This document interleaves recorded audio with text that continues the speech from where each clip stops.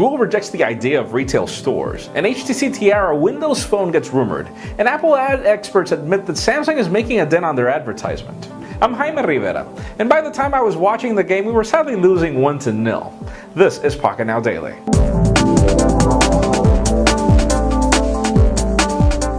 Well, after Apple launched the retail stores more than a decade ago, and then Microsoft pretty much followed the trend, it only made sense for Google to be the next company to launch their own stores, right?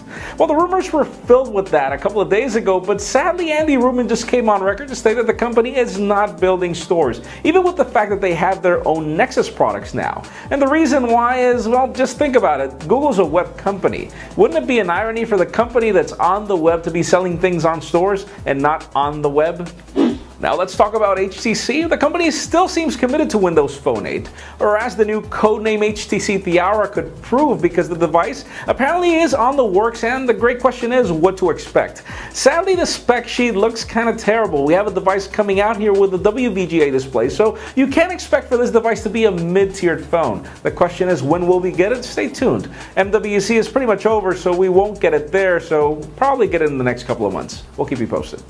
Now, speaking of Windows Phone, aside from the cheap Nokia device announcements that we talked about yesterday, Nokia also featured the fact that they've made the bold move of actually becoming more of a software company. If any of you remember, we had the Here Maps application coming to Android and iOS, which brought Nokia Maps to iOS and Android. And now the company is also doing the same for Windows Phone, except that they did it for Nokia Navigation, Nokia Maps, and Nokia Transit, aside from other applications which are now being dubbed Here Maps, Here Navigation, Here Transit, and everything else. The software is, well, it's still in the beta stage. Everything is still being tested. We have a full video walkthrough of that from Michael Fisher, so stay tuned and hit the links in the description for details. Now, how many of you remember the Yoda phone? Remember that concept device where you had an LCD display on one side and an e-ink display on the other, and the device could actually be powered by the battery on one side, but then on the other side you don't really need much power at all? Well, the device is already live at MWC 2013, and Michael Fisher had a lot of time to demo the unit, and even though it seems quite compelling, it begs to wonder if this will be a concept that will ever actually take off. I mean, the device actually looks good, but I wonder how well that e-ink display will take a beating after you actually use it in your pocket. So make sure you hit the links in the description for Michael's full video. And aside from that, we have 33 MWC 2013 videos, so also hit the links for the playlist down below, because there is a lot of content that I can't cover on this show, too much.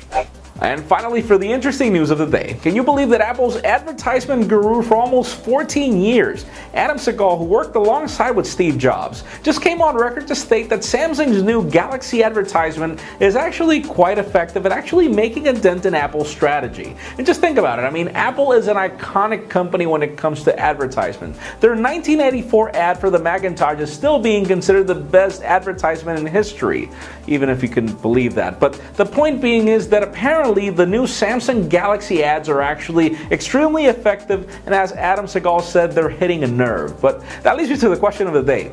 How well or how much have you actually liked these Samsung ads?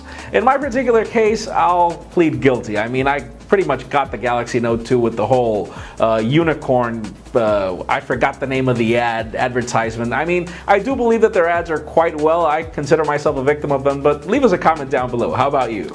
And as always, if you want an earlier scoop of everything that's happening in the smartphone and tablet world, make sure you follow us on PocketNow.com and subscribe to our YouTube channel as well. Please give this video a thumbs up if you liked what you saw. I'm Jaime Rivera. Thanks for watching. See you tomorrow. Even though we never thought that Apple would release a 7-inch tablet, the iPad mini is finally among us, and even though it's a good tablet, we do know that it lacks key elements like a Retina display. So, is it still worth your buying dollar? Join us on Thursday, February 28th for the iPad mini After the Buzz.